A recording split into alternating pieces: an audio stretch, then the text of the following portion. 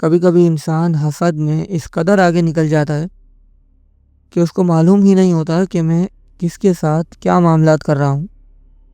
اور آپ میں سے بہت سے لوگ ایسے ہیں جن کے ساتھ ایسے معاملات ہو چکے ہیں۔ آپ میں سے بہت سے لوگ ایسے ہوں گے جو ایسے معاملات سے گزرے ہوں گے، جنہوں نے کالا جادو جیسی خطرناک چیزوں کو اپنے آس پاس دیکھا ہوگا، ایسے معاملات دیکھے ہوں گے۔ لیکن آج میں آپ کو وہ بات بتاؤں گا کہ جو شخص یا جو چیز آپ کے ساتھ یہ معاملات کر رہی ہے وہ بالکل آپ کے سامنے ہے اور آپ کو پتہ نہیں ہے، اور آپ کو اس کی وجہ سے کتنے دکھ اور تکلیف کا سامنا کرنا پڑا ہے۔ جیسے میں آپ کو بتا رہا ہوں ایسے ہی مجھے انہوں نے یہ بتائی جن کے ساتھ یہ واقعہ پیش آیا، اور یقین کریں یہ واقعہ جب وہ مجھے بتا رہے تھے، انہوں نے جو چیز کھوئی ہے واقعی اس کا دکھ ان کی آنکھوں سے نظر آ رہا تھا۔ تو بڑھتے ہیں اپنی سٹوری کی طرف۔ سٹوری میں آگے بڑھنے سے پہلے اگر آپ ایسے ہی خوفناک اور پراسرار کہانیوں کے شوقین ہیں تو ہمارے چینل کو سبسکرائب کر لیں، آیت الکرسی پڑھ لیں، اللہ کا نام لے لیں، اور اس سٹوری کو اینڈ تک بالکل دھیان سے سنیے گا، کیونکہ اگر آپ نے سٹوری تھوڑی سی بھی اسکپ کی تو آپ کو یہ سٹوری سمجھ نہیں آئے گی۔ میں آپ کو یہ سٹوری اسی کی زبانی سناؤں گا جس نے یہ سٹوری ہمیں بھیجی ہے، بالکل دھیان سے سنیے گا۔ یہ واقعہ اس وقت کا ہے جب میں اپنی زندگی کے بہت نازک مرحلات سے دوچار تھا اور نیا ابھرا تھا۔ میرا نام حیدر ہے، میں لاہور کے قریب ایک علاقے کا رہنے والا ہوں۔ میں ایک بزنس مین ہوں۔ میرا ایک چھوٹا سا بزنس ہے جو میرے والد صاحب کی طرف سے مجھے ملا تھا، اور آج بھی یہ بات بتاتے ہوئے میرا دل بہت بری طرح لگ رہا ہے کہ جس شخص نے مجھے یہ بزنس دیا، مجھے نام دیا، سب کچھ دیا، آج وہ اس دنیا میں نہیں ہے، صرف حسد اور دشمنی کی وجہ سے۔ آج بھی اگر میں اس کو یاد کرتا ہوں تو میرے ذہن پر ایک عجیب سا غصہ طاری ہو جاتا ہے۔ میرا جی کرتا ہے میں جا کر پتہ نہیں کیا کر دوں، جسے انسان کی کیفیت ہوتی ہے۔ آج سے تقریباً 25 سال پہلے میرے والد صاحب نے میرے چاچا کے ساتھ مل کر ایک بزنس شروع کیا۔ وہ بزنس بہت اچھا رن کر گیا تھا۔ تقریباً 10 سال بعد مارکیٹ میں ہمارا بہت اچھا نام تھا۔ مجھ سے بڑے میرے 4 بھائی ہیں جو اپنے ہی الگ الگ بزنس کرتے ہیں۔ میرے چاچا جان کے 3 بیٹے ہیں۔ تقریباً آج سے 4.5 سال پہلے میرے چاچا جان کا رضائے الہی سے انتقال ہو گیا تھا۔ چاچا جان کے انتقال کے بعد میرے والد صاحب نے میرے کزنوں کا جتنا بزنس میں حصہ بنتا تھا وہ سب ان کو برابر کا دے دیا، جس پر وہ سب متفق تھے اور ہم لوگ بھی متفق تھے۔ ہمارے بیچ میں کوئی بٹوارا نہیں ہوا تھا۔ میرے والد صاحب جب اکیلے بزنس سنبھال رہے تھے، اور میرے چاچا جان کا بیٹا جو بڑا بیٹا ہے وہ انگلینڈ سے آیا تھا، وہ بزنس سنبھال رہا تھا۔ سب کچھ ہنسی خوشی چل رہا تھا۔ تقریباً 1 سال کے بعد میرے بڑے بھائیوں نے میرے والد صاحب سے حصے کی مانگ کی۔ انہوں نے میرے والد صاحب سے کہا کہ آپ ہمیں الگ الگ کر دیں، اب ہم ساتھ نہیں رہ سکتے۔ یہ گھر کے ایک چھوٹے سے معاملات تھے، ایک چھوٹی سی لڑائی ہوئی تھی، اس کی بیس پر میرے بڑے بھائیوں نے یہ بات رکھی تھی۔ وہ تینوں شادی شدہ تھے۔ والد صاحب بھی یہ نہیں چاہتے تھے کہ کسی کے اندر ٹکراؤ ہو یا کوئی درار آئے۔ میرے والد صاحب نے جس کا جتنا بنتا تھا بزنس میں، گھر میں، سب کو سب کچھ دے دیا۔ اس میں بھی شامل تھا۔ یہاں میں آپ کو بتاتا چلوں کہ میری شادی نہیں ہوئی تھی اور میں اس بٹوارے کے معاملے میں تھا بھی نہیں، لیکن ظاہر سی بات ہے جب سب کا الگ ہونا تھا تو میرا بھی ہونا تھا۔ خیر، والد صاحب نے سب کو سب کچھ بانٹ دیا، جس کا تھا مجھے بھی میرا مل گیا۔ میری شادی نہیں ہوئی تھی تو میرے والد صاحب میرے ساتھ آ کر رہنے لگے۔ تقریباً بٹوارے کے 3 مہینے بعد میری شادی کر دی گئی۔ میرے گھر میں صرف میں، میری والدہ، میرے والد اور میری وائف رہتے تھے۔ میرے حصے کا جو بزنس تھا وہ میرے ساتھ میرے والد صاحب سنبھالتے تھے، کیونکہ میں چھوٹا تھا اور ظاہر سی بات ہے مجھ سے کچھ زیادہ لگاؤ تھا۔ مجھے بھی اپنے والد صاحب اور والدہ سے بہت لگاؤ تھا۔ خیر، سب کچھ بہت اچھی خوشی چل رہا تھا، سب معاملات اللہ کے فضل سے بہت بہتر تھے۔ لیکن پھر ایک کالے سائے نے ہمارے گھر کی خوشیوں کا رخ کیا اور اس نے سب کچھ تباہ کر دیا۔ میری شادی کے تقریباً 6 مہینے بعد ہمارے ساتھ یہ معاملات شروع ہوئے۔ ایک دن میں آفس سے گھر آیا۔ اس دن میرے والد صاحب جلدی گھر آ گئے تھے۔ ان کی طبیعت تھوڑی صحیح نہیں تھی۔ مجھے ایک میٹنگ اٹینڈ کرنی تھی جس کی وجہ سے میں ان کے ساتھ نہیں آ سکا۔ خیر، تقریباً رات کے 9 بجے میں گھر پہ آیا تو مجھے میری والدہ سے پتہ چلا کہ میرے والد صاحب سو رہے ہیں اور ان کی طبیعت بہت زیادہ خراب ہے۔ میں ان کے پاس گیا تو میں نے دیکھا ان کو بہت تیز بخار ہو رہا تھا۔ وہ بہت زیادہ تپ رہے تھے بخار میں۔ یہاں میں آپ کو بتاتا چلوں کہ جب وہ آفس سے نکلے تھے وہ اتنا بیمار نہیں تھے، لیکن گھر آ کر مجھے وہ بہت زیادہ بیمار لگے۔ ان کا حال ایسا ہو رہا تھا کہ وہ مجھ سے کچھ بولنا چاہ رہے تھے، ان کی زبان ساتھ نہیں دے رہی تھی ان کا، جسے بولتے بولتے الفاظ لڑکھڑا جاتے ہیں، اس طرح کے معاملات ہو رہے تھے۔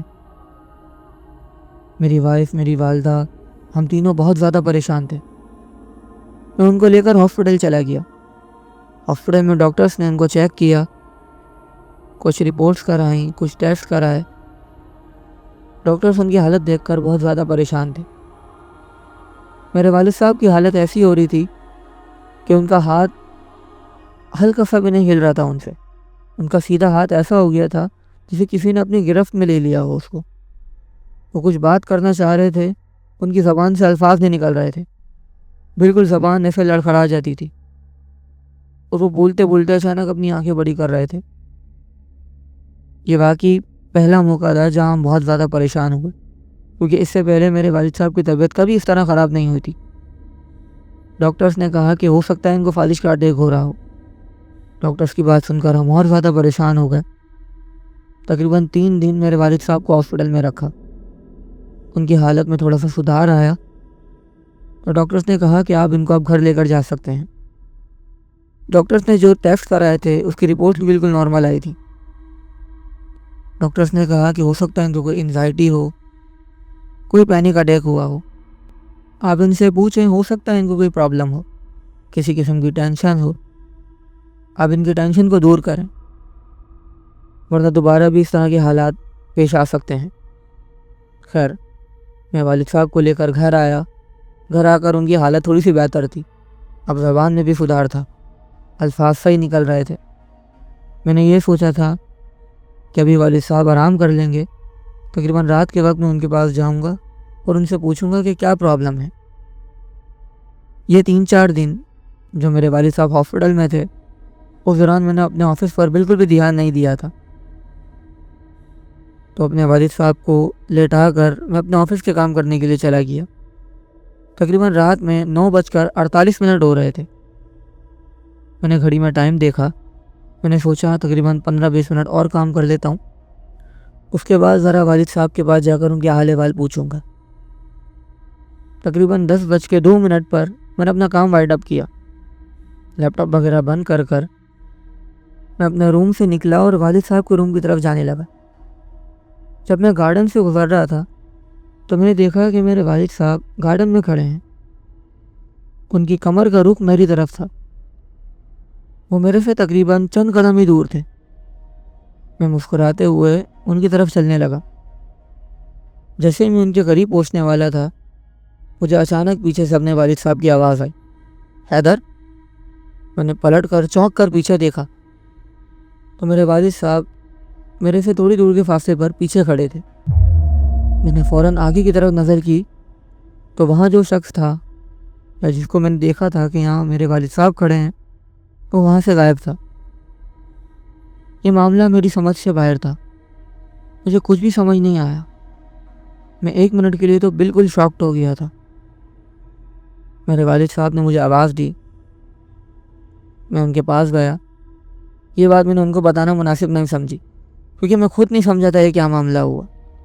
میں نے اپنے والد صاحب سے کچھ دیر بیٹھ کے بات کی، ان کی حالت مجھے بالکل صحیح لگ رہی تھی، ان کی طبیعت بھی اب بہتر تھی، جو کوئی پریشانی بھی نہیں تھی۔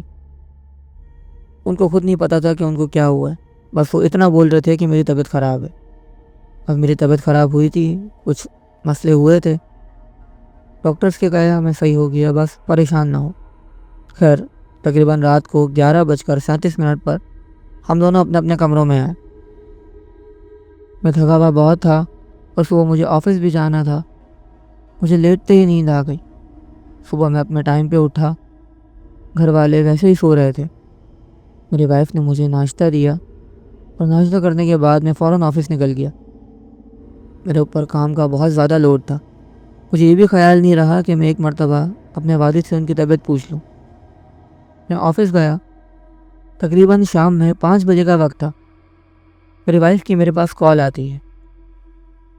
میری وائف مجھ سے کہتی ہے کہ جتنی جلدی ہو سکے آپ گھر آ جائیں۔ میں نے ان سے وجہ پوچھی تو انہوں نے مجھے کہا کہ جتنی جلدی ہو سکے آپ گھر آ جائیں۔ میں بہت زیادہ پریشان ہو گیا کیونکہ اس طرح کبھی بھی نہیں ہوا تھا۔ میں نے تمام جتنا بھی میرا کام تھا میں نے چھوڑا، میں نے اپنی گاڑی نکالی اور میں سیدھا گھر کی طرف نکلا۔ گھر پہنچنے کے بعد میں گھر میں داخل ہوا تو دیکھا گھر میں بالکل سناٹا تھا۔ میری والدہ میری وائف کے ساتھ ان کے کمرے میں تھی۔ میرے والد صاحب کہیں بھی نظر نہیں آ رہے تھے۔ میں نے اپنی والدہ سے پوچھا کیا معاملہ ہوا ہے۔ میری والدہ نے مجھے بتایا کہ چپ چاپ اپنے والد کے کمرے میں جاؤ اور دیکھو وہ کیا کر رہے ہیں۔ میں نے بولا ہوا کیا ہے، لیکن انہوں نے مجھے کچھ بھی نہیں بتایا۔ انہوں نے صرف کہا کہ جا کر وہاں دیکھو۔ میں نے اپنا بیگ رکھا اور میں والد صاحب کے کمرے کی طرف بڑھا۔ جب میں ان کے کمرے کے دروازے کے پاس پہنچا تو میں نے سنا کہ اندر سے کسی کے ہنسنے کی آوازیں آ رہی ہیں۔ مجھے بہت زیادہ تعجب ہوا کہ میری والدہ اور میری وائف دونوں اپنے کمرے میں تھی۔ میں نے ہلکا سا دروازہ کھولا، مجھے وہ آوازیں اور زیادہ تیز آنے لگی۔ جیسے ہی میں نے دروازہ پورا کھولا، میں آپ کو بیان بھی نہیں کر سکتا جو میں دیکھ رہا تھا، مجھے اپنی آنکھوں پہ یقین نہیں ہو رہا تھا۔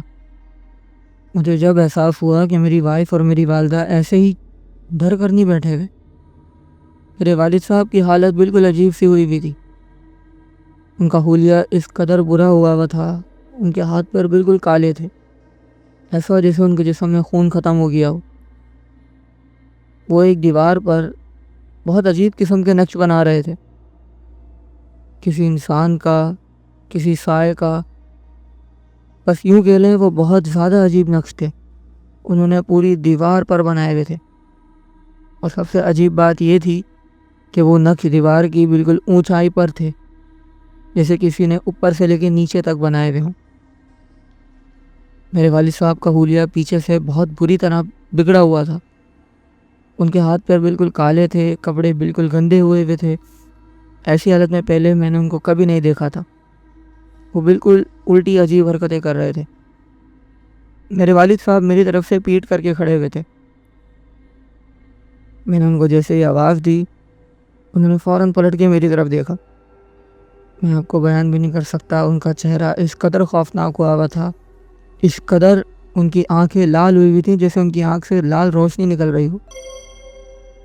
ان کا چہرہ اور ان کا جسم بالکل کالا ہوا تھا، یہ ان کا اصل رنگ نہیں تھا۔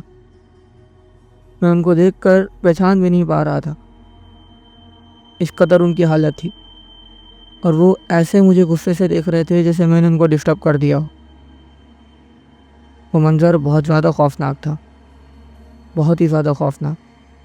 ایسا پہلی بار تھا کہ میں اسی حالت میں اپنے والد صاحب کو دیکھ رہا تھا۔ انہوں نے مجھے دیکھ کر کچھ بھی نہیں بولا، نہ میں نے ان کو دیکھ کر کچھ بولا۔ وہ مجھے ایسے ہی دیکھتے رہے۔ دیکھتے دیکھتے اچانک وہ زمین پہ گر گئے، جیسے ان کے جسم سے جان ختم ہو گئی ہو۔ وہ بے ہوش ہو گئے تھے۔ میں نے ان کو اٹھایا۔ جب میں تھوڑا سا چیخا تو میری والدہ اور میری وائف دونوں اس کمرے میں آئی۔ ہم لوگ والد صاحب کو ہاسپٹل لے کر گئے۔ ہاسپٹل جاتے جاتے ان کے جسم کا رنگ پہلے جیسا ہو گیا تھا۔ وہاں جا کر تھوڑی دیر وہ ڈاکٹر کی آبزرویشن میں رہے، پھر ٹھیک ہو گئے، جیسے ان کو کچھ ہوا ہی نہیں۔ ہم ان کو واپس گھر لے آئے۔ اسی طرح تقریباً 1 ہفتے واقعات چلتے رہے۔ میری والدہ مجھے کبھی کچھ بتاتی، لیکن جب میں والد صاحب سے ملنے جاتا تو وہ بالکل صحیح ہوتے، جیسے ان کو کچھ ہوا ہی نہ ہو۔ میری وائف بھی مجھے بات بتاتی، لیکن میرے سامنے ایک ہی بار ان کی ایسی حالت ہوئی تھی۔ اس کے بعد صرف میری فیملی ہی مجھے بتاتی تھی۔ میری والدہ کے نزدیک یہ ایک روحانی مسئلہ تھا۔ میں بھی اس مسئلے سے بہت زیادہ پریشان آ گیا تھا، کیونکہ ظاہر ہے والد صاحب کی حالت تو ان کی صحت سے ہی لگ رہا تھا کہ وہ بیمار ہیں۔ میں نے اس مسئلے کا ذکر اپنے ایک کزن سے کیا جو میرا بہت جگری یار بھی تھا اور میرا کزن بھی تھا۔ اس نے مجھے کہا کہ اتنے بڑے مسئلے مسائل ہو گئے تو نے ہمیں بتایا بھی نہیں۔ خیر، تھوڑے سے گلے شکوے کے بعد اس نے مجھے کہا کہ میں تجھے ایک عامل کے پاس لے کے جاتا ہوں، اس عامل سے اپنے اس مسئلے کا ذکر کر، ہو سکتا ہے باقی یہ کوئی روحانی مسئلہ ہو۔ میں اور وہ عامل کے پاس گئے، میں نے اس عامل کو سارا مسئلہ بتایا۔ اس عامل نے کچھ عمل بتائے، وہ عمل ہم نے دہرائے، وہ کیے، لیکن کوئی فائدہ نہیں ہوا۔ پھر اسی نے مجھے ایک اور عامل کا بتایا، ہم اس کے پاس بھی گئے، اس نے جو عمل بتائے وہ بھی دہرائے، وہ بھی کرے، لیکن اس سے بھی کوئی فائدہ نہیں ہوا۔ تقریباً 2 ہفتے اسی میں گزر گئے۔ میں انہی معاملات میں لگا ہوا تھا اور مجھے اس بات کی بالکل بھی خبر نہیں تھی کہ آگے میرے لیے اور کتنا بڑا مسئلہ کھڑا ہونے والا ہے، آگے اور مجھے کیا فیس کرنا پڑے گا۔ تقریباً 2 ہفتے بعد میں آفس سے اپنے گھر آیا۔ میری وائف اور میری والدہ کسی کام سے مارکیٹ گئی ہوئی تھی۔ مجھے یاد ہے میرے والد صاحب گھر پر نہیں تھے۔ جب میں اپنے فلور کی سیڑھیاں چڑھ رہا تھا تو میں نے دیکھا کہ روم کا گیٹ کھلا ہوا ہے اور میرے روم سے ایک لال روشنی نکل رہی ہے۔ وہ روشنی اتنی واضح تھی کہ وہ میرا وہم نہیں ہو سکتی تھی۔ میں دوڑ کر اپنے روم کی طرف گیا۔ جیسے میں نے روم کھولا تو میرے روم میں بہت عجیب قسم کی چیزیں رکھی ہوئی تھیں۔ میری روح فنا ہو گئی وہ چیزیں دیکھ کر۔ جو میں نے دیکھا، اگر آپ اس وقت وہاں پر ہوتے اور وہ چیز دیکھتے، یقین کریں بہت زیادہ خوف میں مبتلا ہو جاتے۔ میرے کمرے میں ایک چادر بچھی ہوئی تھی اور اس چادر پر خون کے چھینٹے تھے اور ایک کھوپڑی نما ہڈی وہاں پر رکھی ہوئی تھی اور اس کے اوپر بہت سارے دھاگے بندھے ہوئے تھے، اور وہ چیزیں اس قدر نفاست اور سیٹنگ سے رکھی ہوئی تھی، ایسا لگ رہا تھا جیسے کوئی شخص یہاں باقاعدہ بیٹھ کر یہ ساری چیزیں رکھ کر گیا ہو، بہت ہی فرصت سے۔ اور روم میں اس قدر کوئی عجیب سی خوشبو مہک رہی تھی کہ مجھے کھانسی آ رہی تھی اس خوشبو سے۔ میں خوف اور ڈر کے عالم میں ہلکے ہلکے کر کے اس چادر کے قریب جا رہا تھا۔ جیسے میں اس چادر کو ہاتھ لگانے والا تھا، مجھے میرے والد صاحب کے کمرے سے بہت زور سے چیخنے کی آواز ہے۔ وہ آواز اتنی خوفناک تھی کہ میں فوراً اس طرف دوڑا۔ میں اپنے والد صاحب کے کمرے کے پاس پہنچا تو دیکھا ان کا کمرہ کھلا ہوا ہے، لیکن ان کے کمرے میں کوئی بھی نہیں تھا۔ میں نے چاروں طرف دیکھا لیکن وہاں پر کوئی نہیں تھا۔ میں واپس بھاگ کر اپنے کمرے کی طرف آیا، لیکن جو چیزیں میں نے کچھ دیر پہلے دیکھی تھیں وہ چیزیں اب میرے کمرے میں نہیں تھیں، لیکن وہ خوشبو برابر آ رہی تھی۔ یہ چیزیں بہت زیادہ عجیب اور خوفناک تھیں۔ مجھے بالکل بھی نہیں اندازہ ہو رہا تھا، میں بالکل نہیں سمجھ پا رہا تھا یہ کیا ہو رہا ہے، کون کر رہا ہے، کس کی وجہ سے ہو رہا ہے۔ میرے ساتھ اس طرح کا واقعہ آج ہونا یہ مجھے بالکل نارمل نہیں لگا۔ میں نے اپنے کزن سے پھر اس بات کا ذکر کیا۔ وہ مجھے اسی عالم کے پاس لے کے گیا جہاں وہ مجھے پہلے لے کر گیا تھا۔ اس شخص نے مجھے کچھ عمل بتائے اور مجھ سے کچھ پیسوں کی مانگ کری۔ اس عمل میں خرچ کرنے کے لیے اس کو کچھ پیسوں کی ضرورت تھی۔ تقریباً 83,000 روپے میں نے اس کو دیے۔ 2 ہفتے اس کا یہ عمل چلا، لیکن میرے ساتھ معاملات بہت زیادہ بڑھ گئے تھے۔ میں اپنے والد صاحب کو دیکھ رہا تھا لیکن میرے ساتھ اس سے زیادہ معاملات ہو رہے تھے۔ میں کبھی اپنے روم میں اکیلا ہوتا تو مجھے ایسا محسوس ہوتا ہے جیسے میرے کان میں کوئی کچھ بول رہا ہو۔ میں پیچھے مڑ کے دیکھتا تو پیچھے کوئی بھی نہیں ہوتا۔ میں کبھی کسی جگہ پر اکیلے چل رہا ہوتا تو مجھے ایسا لگتا جیسے میرے پیچھے کوئی چل رہا ہے۔ مجھے الگ ہی ایسا محسوس ہوتا جیسے میرے ساتھ کوئی ہے۔ مجھے عجیب سی وائز آنے لگ گئی تھی، کچھ بھی نہیں سمجھ آ رہا تھا۔ میرے ساتھ اپنے معاملات شروع ہو گئے تھے۔ میں اس چیز سے بہت زیادہ پریشان ہو گیا تھا۔ مجھے جس طرح کی وائز آ رہی تھیں ایسا لگ رہا تھا جیسے کسی نے مجھ پہ کوئی عمل کرایا ہو، کیونکہ عالموں کے پاس جا کر مجھے اس بات کا تو اندازہ ہو گیا تھا کہ یہ ایک روحانی مسئلہ ہے، یہ کوئی کالا جادو کا مسئلہ ہے، اور اب میں اسی چیز پر دھیان دے رہا تھا۔ لیکن میرے گھر میں بڑھتے پراسرار معاملات بہت زیادہ ہو گئے تھے۔ مجھے اکیلے بیٹھتے ہوئے خوف آتا تھا۔ مجھے بہت برے برے خواب آنے لگ گئے تھے۔ میں نے اپنے گھر میں بڑھتے اس معاملات کا ذکر کسی سے بھی نہیں کیا تھا۔ میں خود ہی عالموں کے چکر لگا رہا تھا کہ شاید کوئی معاملہ نکل جائے، شاید اللہ کرے کچھ حل نکل جائے، لیکن کچھ بھی سیٹ نہیں ہو رہا تھا۔ میرے آفس میں ایک بزرگ تھے، میں تھا تو وہاں کا آنر، لیکن میں ان کی بہت رسپیکٹ کرتا تھا کیونکہ وہ مجھ سے بڑے تھے اور بہت ہی سینئر تھے۔ وہ بہت سالوں سے ہمارے پاس کام کر رہے تھے۔ میں نے ان سے اس معاملات کا ذکر کیا۔ یہاں میں آپ کو بتاتے چلوں کہ میرے والد صاحب کا آفس آنا بالکل بند ہو گیا تھا۔ وہ گھر میں صرف آرام کر رہے تھے۔ ان کو اپنا ہوش بالکل نہیں رہ رہا تھا۔ وہ کیا کر رہے ہیں، کیسے جی رہے ہیں، ان کو کچھ بھی نہیں پتہ تھا۔ اور گھر میں بڑھ گئے پراسرار معاملات سے ہم سب بہت زیادہ ڈسٹرب ہو گئے تھے۔ جب ان سے میں نے اس بات کا ذکر کیا تو انہوں نے مجھے ایک عامل کا پتہ بتایا۔ میں آپ کو بتاتے چلوں کہ میری وائف نے اپنے بھائی کو بھی یہ معاملات بتا دیے تھے اور وہ پریشان ہو کر فیصلہ آباد سے یہاں پر آ گیا تھا۔ میں اپنے سالے کے ساتھ اس عامل سے ملنے گیا۔ اس عامل کو میں نے تمام واقعات بتائے جو شروع سے لے کے اب تک ہوئے تھے۔ اس دوران میرے والد صاحب کی طبیعت بھی کچھ خاص صحیح نہیں تھی۔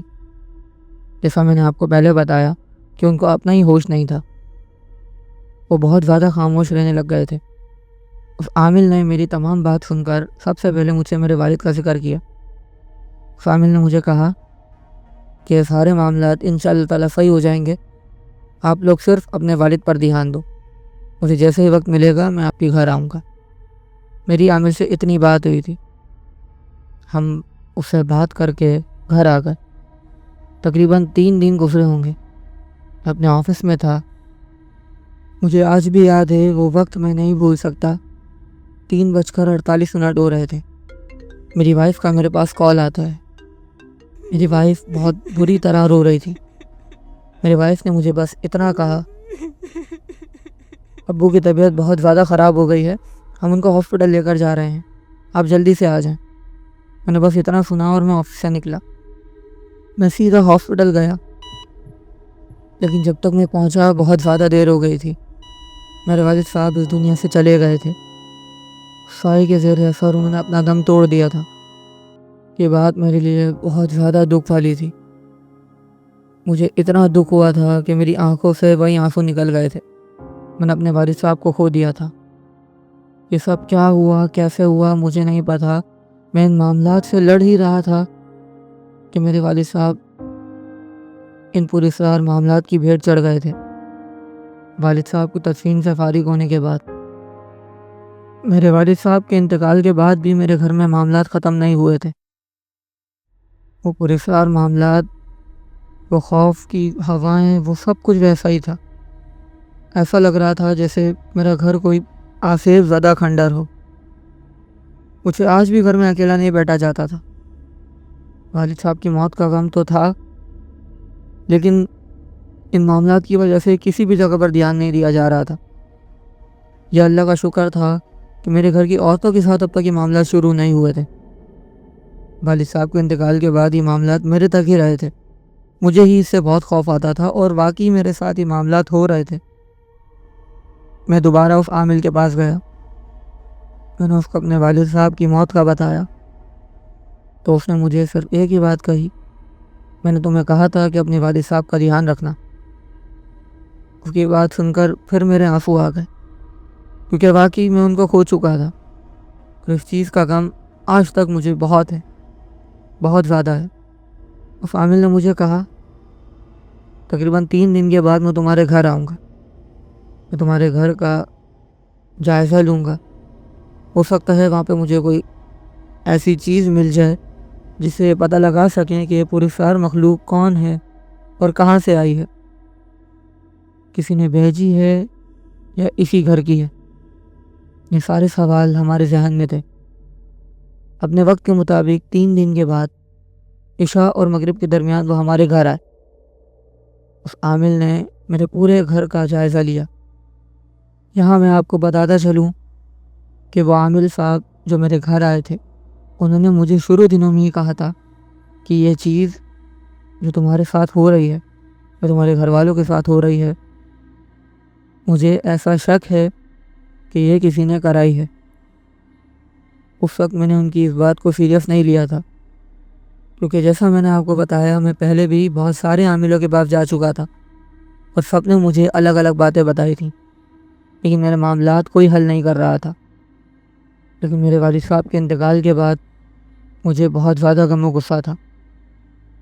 جب سے معاملات ہوئے ہیں میں جب سے اس شخص کو، اس چیز کو تلاش کر رہا ہوں کہ کون ہے، کیوں کر رہا ہے، لیکن مجھے اب تک کوئی سراغ نہیں ملا تھا۔ میرے بہت جتن کرنے کے باوجود بھی مجھے کچھ بھی ہاتھ نہیں لگا تھا۔ میں اپنے گھر میں ایک اور جان کا نقصان نہیں چاہتا تھا۔ یہ بات تو طے تھی کہ اسی چیز کی وجہ سے میرے والد صاحب کی جان گئی تھی۔ خیر، اس عامل نے میرے گھر کا پورا جائزہ لینے کے بعد میرے گھر والوں کے سامنے مجھے کہا کہ انشاءاللہ تعالیٰ اس چیز کا حل نکل جائے گا۔ مجھے ایسا لگتا ہے کہ یہ چیز اس گھر کی ہی ہے۔ جب اس عامل نے مجھ سے یہ بات کہی تھی تو میرے ساتھ 3 لوگ کھڑے ہوئے تھے۔ ایک میری وائف تھی، ایک میرا سالہ تھا اور ایک میرا کزن تھا۔ عامل نے یہ بات کہہ کر مجھے باہر آنے کا اشارہ کیا۔ ان کے ساتھ ساتھ گھر سے باہر گیا۔ جب ہم گھر سے باہر گئے تو عامل اور میں، ہم دونوں اکیلے تھے۔ عامل صاحب نے چاروں طرف دیکھا، وہاں پر کوئی بھی نہیں تھا سوائے ان کے اور میرے۔ اس وقت عامل نے جو مجھ سے بات کہی وہ بات بہت زیادہ تکلیف دہ اور حیران کن تھی۔ اس عامل نے مجھ سے کہا کہ جو لوگ ابھی ہمارے ساتھ کھڑے ہوئے تھے انہی میں سے کسی نے کچھ کرایا ہے۔ یہ بات سن کر میں بہت زیادہ پریشان ہو گیا اور بہت زیادہ حیران بھی ہوا، کیونکہ ان میں سے جو بھی تھا وہ سارے میرے دل کے بہت زیادہ قریب تھے، اور میں ایسا سوچ بھی نہیں سکتا تھا کہ ان میں سے جو لوگ ہیں وہ میرے ساتھ ایسا کریں گے۔ میں نے عامل صاحب سے کہا کہ آپ کو ایسا شک کیوں ہے؟ میں نے مجھ سے کہا کہ اگر میں ایسا کہہ رہا ہوں تو کسی وجہ سے ہی کہہ رہا ہوں۔ میں تمہیں تمام بات نہیں بتا سکتا، لیکن صرف اتنا کہہ رہا ہوں کہ انہی میں سے کوئی ہے۔ میں نے عامل صاحب سے کہا اگر ان میں سے کوئی ہے تو پتہ کیسے چلے گا؟ انہوں نے مجھ سے کہا کہ یہ جو بھی شخص ہے اس نے میری یہ بات سنی ہے کہ میں نے اس گھر کی ہی کسی چیز کا ذکر کیا ہے، حالانکہ اس کو یہ بات پتہ ہے کہ اس گھر میں کچھ بھی نہیں ہے۔ جو کچھ بھی کرا ہے اس نے کرا ہے۔ میں تمہیں باہر لے کر آیا ہوں اور میری یہاں پر تم سے اکیلے میں بات ہو رہی ہے۔ میرے جانے کے بعد جو بھی شخص تم سے اس بارے میں سوال کرے تم سمجھ جانا کہ ہو سکتا ہے اس نے ایسا کیا ہو۔ مجھے ان کی یہ بات سمجھ تو نہیں آئی، لیکن میرے پاس اور کوئی چارہ بھی نہیں تھا۔ عامل صاحب کو بھیجنے کے بعد میں واپس اپنے گھر میں آیا۔ میرا کزن، میرا سالہ اور میری وائف تینوں ایک جگہ پر بیٹھ کر بات کر رہے تھے۔ میں ان کو گھور کر ایک نظر دیکھ رہا تھا۔ میں نے کسی کو بھی شک نہیں ہونے دیا کہ میری عامل سے کیا بات ہوئی ہے۔ میں بھی آ کر ان کے پاس بیٹھا، تھوڑی سی بات چیت ہوئی، اور بات چیت کے بعد میرے سالے نے مجھ سے کہا بھائی مجھے ایک ارجنٹ کام ہے، مجھے یہاں سے نکلنا پڑے گا، کوئی بھی مسئلہ ہو آپ مجھے کانٹیکٹ کر لینا۔ وہ یہ کہہ کر میرے گھر سے نکل گیا۔ اس نے مجھ سے کوئی سوال نہیں کیا۔ میری وائف بھی اٹھ کر اپنے روم میں چلی گئی۔ میرے ساتھ میرا کزن بیٹھا ہوا تھا۔ پہلے اس نے مجھے عجیب سی نظروں سے دیکھا، میں ایک گہری سوچ میں گما ہوا تھا۔ پھر اس نے میرا نام لے کر مجھے آواز دی، حیدر۔ میں نے چونک کر اس کی طرف دیکھا تو اس کی نظروں میں ایک عجیب سا ہی سوال تھا، جیسے وہ مجھ سے کچھ پوچھنا چاہ رہا ہو۔ میں نے اس کو کہا ہاں بولو۔ اس نے مجھ سے کہا باہر عامل سے کیا بات ہوئی تیری؟ یہ سوال میرے ذہن پہ اس قدر لگا کہ اس وقت بہت زیادہ، آپ کہہ سکتے ہیں نا جیسے آپ شاکڈ ہوئے ہوں، اس طرح میں شاکڈ ہوا تھا۔ میں نے اس کو ایک گہری نظر سے دیکھا۔ میں نے کہا کچھ نہیں، کچھ پیسوں وغیرہ کی بات تھی۔ اس نے بھی آگے مجھ سے کوئی سوال نہیں کیا، بس ہاں میں سر ہلا دیا اور بنا کچھ کہے وہاں سے اٹھ کے چلا گیا۔ اس کا رویہ بھی مجھے بہت زیادہ عجیب لگا۔ میرے دل میں سے پتہ نہیں کیوں ایک آواز آئی کہ شاید یہی شخص ہے۔ لیکن سوال بھی بہت سارے تھے کہ یہ میرے ساتھ ایسا کیوں کرے گا؟ یہ میرے ساتھ بچپن سے پلا بڑا ہے، میرے ساتھ دوستی رہی ہے، میں نے ہر بات اس کے ساتھ شیئر کری ہے، بچپن سے لے کے جوانی تک اب تک میں اس کے ساتھ ہوں، تو یہ میرے ساتھ ایسا کیوں کرے گا؟ میں نے بنا وقت ضائع کیے اگلے دن یہ بات جا کر عامل کو بتائی۔ عامل صاحب نے مجھے کہا کہ کسی بھی بہانے سے اس شخص کو میرے پاس لے کر آ جاؤ۔ عامل صاحب جہاں بیٹھتے تھے وہ جگہ اس کو پتہ تھی۔ عامل صاحب نے مجھے کہا کہ اس کو میرے گھر لے کر آنا۔ تقریباً 2 دن کے بعد میں اس کو کسی بہانے سے اپنے ساتھ لے کر نکلا۔ میں نے جا کر ایک گھر کے پاس گاڑی روکی۔ اس نے مجھ سے پوچھا یہاں پر کیوں آئے ہو؟ میں نے اسے کہا یہ عامل صاحب کا گھر ہے یار، یہاں میں نے ان کو کچھ پیسے دینے ہیں، تو چل میرے ساتھ چل۔ اس نے مجھے منع کر دیا اور اتنی غصے سے منع کیا کہ واقعی مجھے میرا شک یقین میں بدلتا ہوا محسوس ہوا۔ اس نے مجھے کہا نہیں یار میں یہیں بیٹھا ہوں، تم جاؤ جلدی سے ہو کر آؤ۔ میں نے اس کو کہا یار 2 منٹ کا کام ہے، میرے ساتھ چل۔ میں اس کو زبردستی کرتا ہوا اپنے ساتھ عامل صاحب کے گھر لے گیا۔ عامل صاحب کے پاس اور بھی کچھ لوگ آئے ہوئے تھے۔ عامل صاحب نے ہمیں دیکھا اور ایسے ہو گئے جیسے ہمیں دیکھا ہی نہ ہو۔ ہم دونوں ایک جگہ پر جا کر بیٹھ گئے۔ عامل صاحب لگاتار کچھ پڑھائی کر رہے تھے اور ان کے پاس کچھ لوگ بیٹھے ہوئے تھے، اور جیسے جیسے عامل صاحب پڑھائی کر رہے تھے میرے کزن کے چہرے پر بہت بری طرح پسینہ آ رہا تھا۔ 5 منٹ کے بعد اس نے فوراً اٹھ کے بھاگنے کی کوشش کی۔ میں نے اس کو ہاتھ سے پکڑ کر بٹھا لیا۔ عامل صاحب نے مجھے اشارے سے کہا کہ اس کو جانے مت دینا۔ تھوڑی دیر کے بعد اس کی حالت اتنی بری ہو گئی تھی، اس کا جسم پسینے سے تر ہو گیا تھا، وہ اس قدر گھبرا رہا تھا جیسے اس کی سانسیں رک رہی ہوں۔ عامل صاحب پڑھائی کرتے ہوئے آئے اور اس کے پاس بیٹھ گئے۔ اس کا چہرہ بہت زیادہ خوف سے بھرا ہوا تھا، ایسا خوف تھا اس کے چہرے پر جیسے کسی کا جھوٹ پکڑا جاتا ہے اور وہ خوف میں مبتلا ہو جاتا ہے، ایسا اس کا چہرہ خوف میں بھرا ہوا تھا۔ ویسے ہی عامل اس کے پاس آ کر بیٹھا اور زور زور سے چلانا شروع ہو گیا، مجھے جانے دو، میں نے کچھ بھی نہیں کیا، مجھے جانے دو۔ عامل نے اس کے ہاتھ پر ہاتھ رکھا اور کچھ پڑھنے لگا۔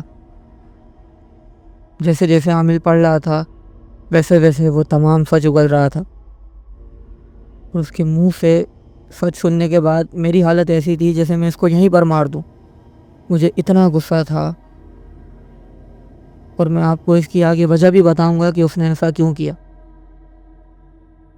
اس وقت مجھے اس پر اتنا غصہ آ رہا تھا کہ میں آپ کو بیان بھی نہیں کر سکتا۔ میرا جی کر رہا تھا کہ میں اس کو وہیں مار دوں، مجھے اتنا غصہ آ رہا تھا اس پر۔ اس نے جو سچ اگلا وہ یہ تھا کہ اس نے میرے گھر پر میرے والد پر کالا جادو کروایا تھا، اور جب اس کو پتہ چلا کہ مجھے اس چیزوں کا معلوم ہو رہا ہے تو اس نے مجھے بھی اس کی لپیٹ میں لے لیا تھا، اور اس نے یہ کرا اس وجہ سے تھا کہ جب میرے والد نے ان کو ان کے بزنس کا حصہ دیا تھا تو وہ اس چیز پر اندر ہی اندر متفق نہیں تھا۔ اس کو ایسا لگتا تھا کہ میرے والد نے اس کے حصے میں کوئی ہیرا پھیری کری ہے، اور وہ دشمنی کے اندر اس قدر منافق ہو گیا تھا کہ اس نے میرے ساتھ رہ کر میری پیٹھ میں چھرا گھونپا، اور ایسا چھرا گھونپا کہ آج تک میں اس کا ازالہ نہیں کر سکا۔ اس سے تمام سچ اگلوانے کے بعد عامل نے میری طرف دیکھا، میری آنکھوں میں آنسو بھی تھے اور بہت زیادہ غصہ بھی۔ میں نے عامل صاحب کو کہا کہ آپ کو اس کا جو کرنا ہے کریں، میرے سامنے اس کو نہ لائیں۔ میں وہاں سے اٹھا اور اس کو وہیں چھوڑ کر وہاں سے نکل کر آ گیا۔ گھر آنے کے بعد میں بہت زیادہ بیتا تھا اور بہت غصے میں بھی تھا۔ ہلکے ہلکے کر کے میرے گھر کے معاملات صحیح ہونے لگے۔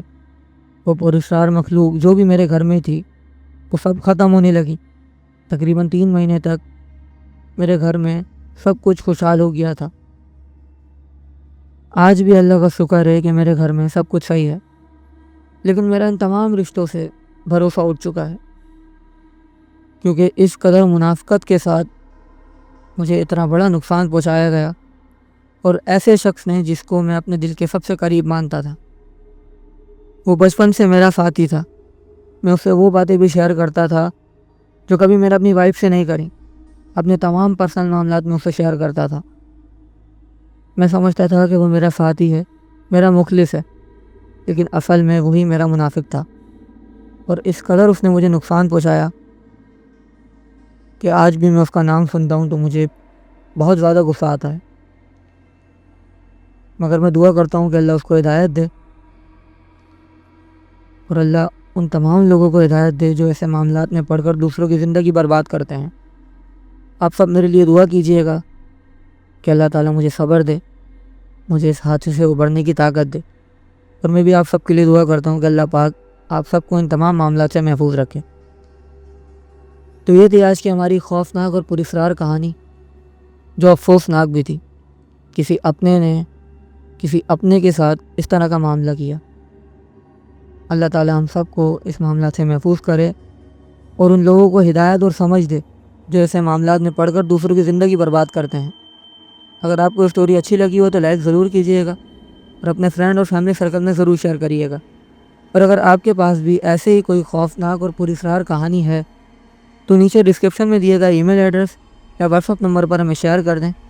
ہم آپ کی اسٹوری آپ کے نام کے کریڈٹ کے ساتھ ہی اپنے چینل پر چلا دیں گے۔ ملتے ہیں اگلی اسٹوری میں۔ اللہ حافظ۔